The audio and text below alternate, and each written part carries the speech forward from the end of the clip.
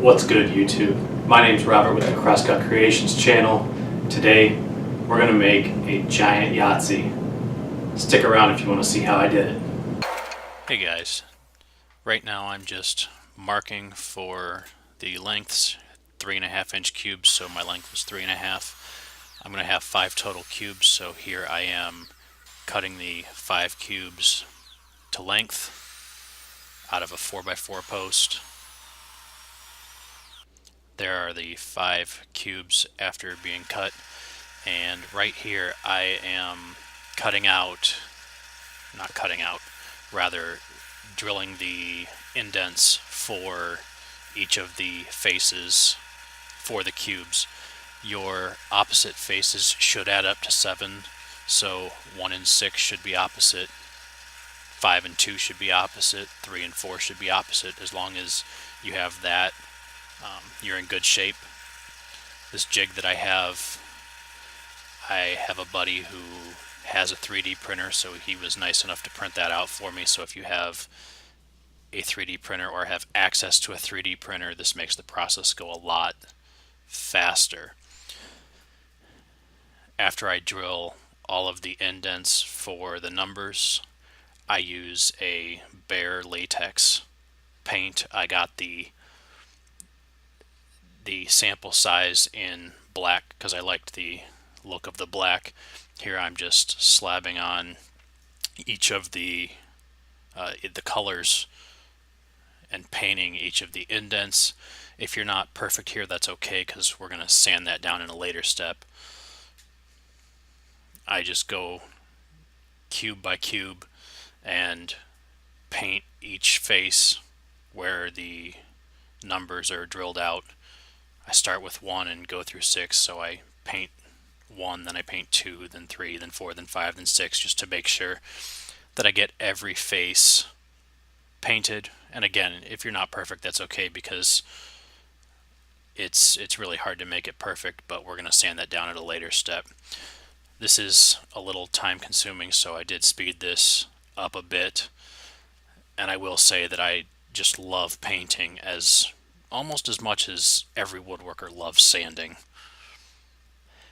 After I finish painting, I let those dry for about 24 hours, and then after the paint dries, I take them to the belt sander and I flush up all of the sides. So again, 5 cubes or 5 dice, 6 sides each. Again, I use the count to 6 method, and I sand the first side, then the second side, then the third side, fourth side, fifth side, sixth side, all the way through the 5 dice. This is the step where it takes care of all of that spilled paint or excess paint that you didn't quite get perfect. It also smooths out the cubes for the most part, and it starts to really give them their shape. As you can see, my belt sander is not bolted down to my table. After I sand, I hit the dice with some compressed air just to blow out the dust.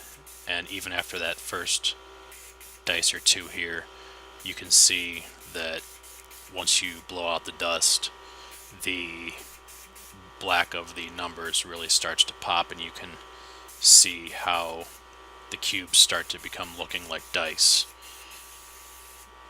Once again, I use the count to 6 method for the most part. Start with the number 1, find 2, 3, 4, 5, 6. There were some exceptions, but for the most part, that's what I do. If you're really good at counting to 6, this is a good project for you.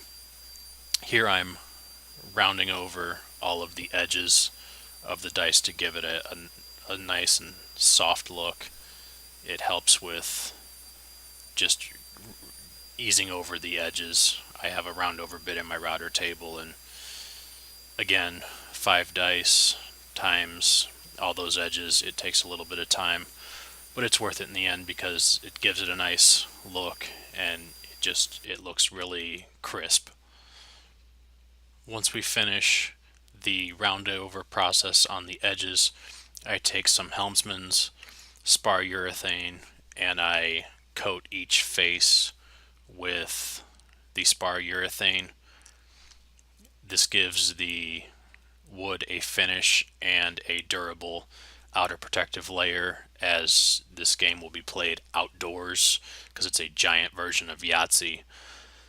This is good. This is a good finish option since when you're outside, it could be early in the morning, there could be dew on the ground. If it just rained, the grass might be wet.